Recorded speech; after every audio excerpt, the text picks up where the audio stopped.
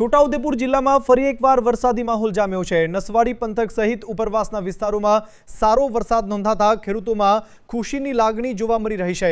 વરસાદના કારણે અશ્વિન નદીમાં નવા નીર આવ્યા છે અને લાંબા સમય બાદ નદીમાં પાણીનું વહેણ જોવા મળતા નદી જીવંત બની છે। ખેતીલાયક વરસાદથી વાવણીની રાહ જોઈ રહેલા ખેડૂતોને મોટી રાહત મળી છે। છોટાઉદેપુર જિલ્લામાં મેઘરાજાએ ફરી એકવાર કૃપા વરસાવી છે। નસવાડી પંથક સહિત ઉપરવાસના વિસ્તારોમાં સારો વરસાદ નોંધાતા સમગ્ર વિસ્તારમાં વરસાદી માહોલ જામ્યો છે। વરસાદના પગલે અશ્વિન નદીમાં નવા નીર આવ્યા છે। નદીમાં પાણીનું વહેણ શરૂ થતાં અશ્વિન નદી જીવંત બની છે।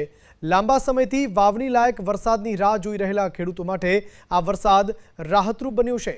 ખેતીલાયક વરસાદ વરસતા હવે ખેતરોમાં વાવણીની કામગીરીને વેગ મળવાની આશા છે। વરસાદથી ખેડૂતોમાં ખુશીનો માહોલ જોવા મળી રહ્યો છે અને ખેતીની કામગીરી ઝડપથી શરૂ થવાની શક્યતા છે। મેઘરાજાની મહેરથી ખેડૂતોના ચહેરા પર ફરી એકવાર ખુશી જોવા મળી રહી છે। નસવાડી છોટાઉદેપુર રિપોર્ટર મુકેશ પરમાર, પ્રકોપ ન્યૂઝ।